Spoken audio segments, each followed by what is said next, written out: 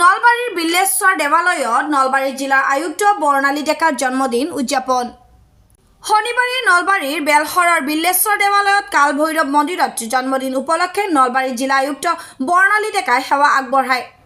মন্দিৰ পৰিচালনা সমিতিৰ উদ্যোগত বিল্লেশ্বৰ দেৱালয় প্ৰাংগণত নলবাৰী জিলা আয়ুক্ত বৰ্ণালী ডেকাৰ জন্মদিন উদযাপন কৰা হয়। নলবাৰী জিলা আয়ুক্ত বৰ্ণালী ডেকাৰ জন্মদিনৰ শুভ মুহূৰ্তত পৰিয়ালৰ লগতে শুভাকাংক্ষী উপস্থিত থাকে। আমাৰ বৰ্ণালী ডেকা বাইদেউৰ আজি জন্মদিন, গতিকে বিল্লেশ্বৰ দেৱালয়ত এই জন্মদিনটো কৰিবলৈ পাই আমি যথেষ্ট আনন্দ অনুভৱ কৰিছোঁ। লগতে এই কাল ভৈৰৱ যেতিয়া বাবা বিল্লেশ্বৰত আহি সোমাল এই বাইদেউৰ উদ্যোগত, তেতিয়া এটা নতুন আমি কিবা আচৰিতভাৱে দেখিবলৈ গৈছোঁ। মই সাংবাদিক বন্ধুসকলকো দুই এজনক নিমন্ত্ৰণ কৰি আনিছোঁ। কাল ভৈৰৱ সম্পৰ্কে অকণমান বেছি সম্প্ৰচাৰিত হ'লে আমি যথেষ্ট আনন্দিত হ'ম। আৰু বাইদেউৰ দেউতা, মা, মাইনা সপৰিয়ালে এই বস্তুটো আমালৈকে আগবঢ়াইছিল। গতিকে এই হিচাপতে আজি জন্মদিনৰ এই মুহূৰ্তখনত আমি বিল্লেশ্বৰ দেৱালয়ৰ পৰা এখন ফুলাম ব্যৱস্থাৰে বাইদেউক আমি আদৰণি জনাইছোঁ।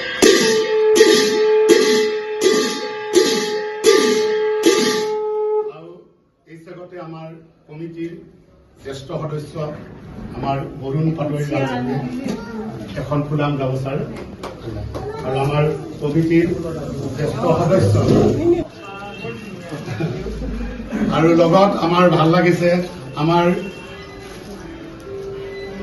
পশ্চিম নলবাৰী খণ্ড উন্নয়ন বিষয়া আমাৰ অসীম মজুমদাৰ আৰু প্ৰকাশ বৰ্মন, তেওঁলোক দুটা ফুলাৰ থপাৰে তেওঁলোকে বাইদেউ আদৰণি জনাইছে।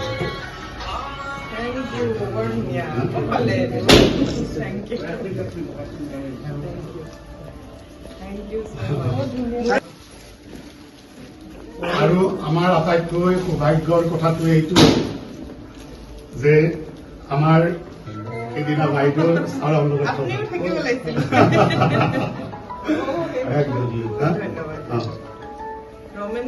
এক মাহৰ ভিতৰত সেইকাৰণে ৰমেন আমাৰ কাৰণে গৌৰৱৰ। আৰু এই জাগাতে আমি আমাৰ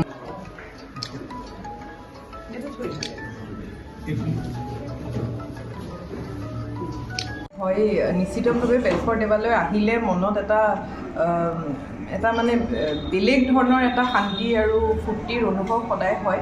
আৰু ইয়াতে এতিয়া কাল ভৈৰৱ বাবাৰ মূৰ্তি আৰু মন্দিৰো আমাৰ প্ৰাণ প্ৰতিষ্ঠা কৰা হৈছিল 31 জানুৱাৰী তাৰিখে।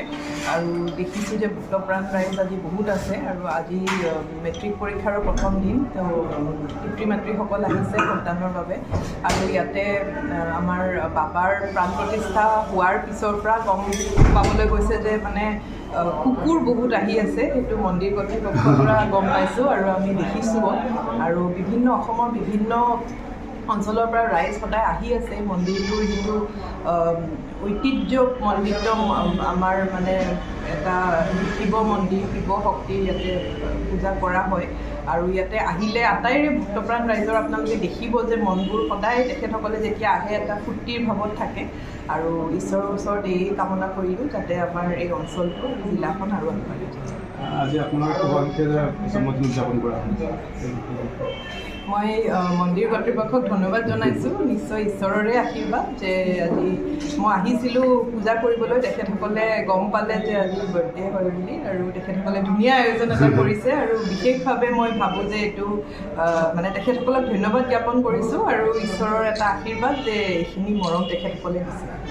নিউজ ডেস্ক ৰিপৰ্ট ইত্যাদি A to Z।